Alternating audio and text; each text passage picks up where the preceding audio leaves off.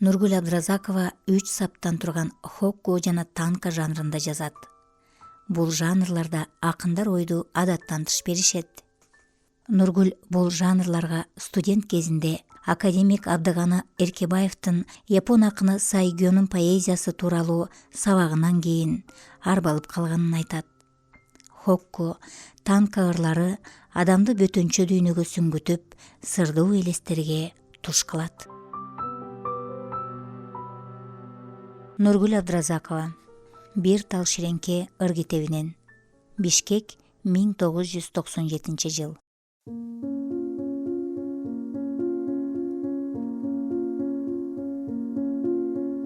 Партага чыканактап тигилем терезеге. Агайдын үнү кулат.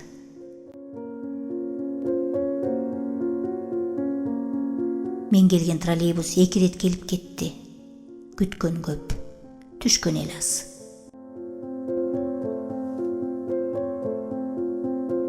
Окшошкон топ чымчыктар ар учат, бери учат, конушуп жалгыз талга. Абышка барат аста жер даяп, шыбырайт бут алдында жалбырактар. 5 күндүк үн салынган колунда эски баштык, жыртылып калбаса экен. Нур төгүп бирок салкын, көрүндү бир сындырым көксөгөн ай. Шам өштү үшкүрүктөн. Дуалдар ыйым дугат, ант ичи пунчук поого, өзүн жеп, созулат шам. Тургузбай ийинин басат, тырмактай оор ойлор, күүрөйт күүгүм дагы.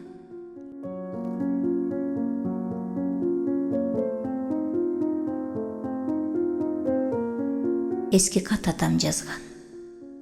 Жөлөдү. Жүрөккө күз келгенде. Корком түнкү жомоктон, корком оттон. Түн ичин жарайынбы бычак менен? Ар жагын көргүм келди.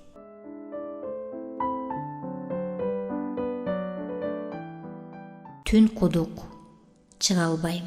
Жатам тиктеп, ай ойгон бир жарыкты.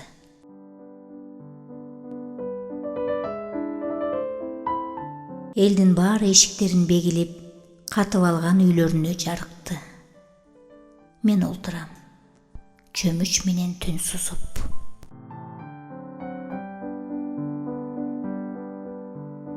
Тиктедим шыпты, желкем уюгандан, кошунан болуп качан жөргөмүш көчүп келген.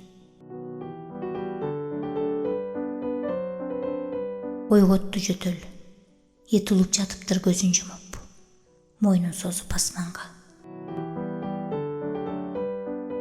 Көзгүсүз мен бүгүн эркин жүрдүм, кездешпей өзүм менен.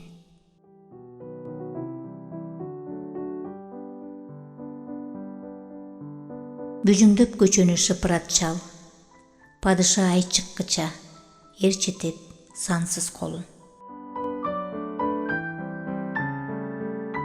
Жээкти ташыргытып үнсүз сууга, чулп эткен добушуна моюп турам. Атамды карлыкка кыйгым келбей, баары бир карлыгын тилеп келем. Жат үйгө өз үйүмдөй баргым келбей, баары бир жакын көрүп барып келем. Буйрукту маңдайыма жазылганды, баары бир көзүм жумсам көрүп келем.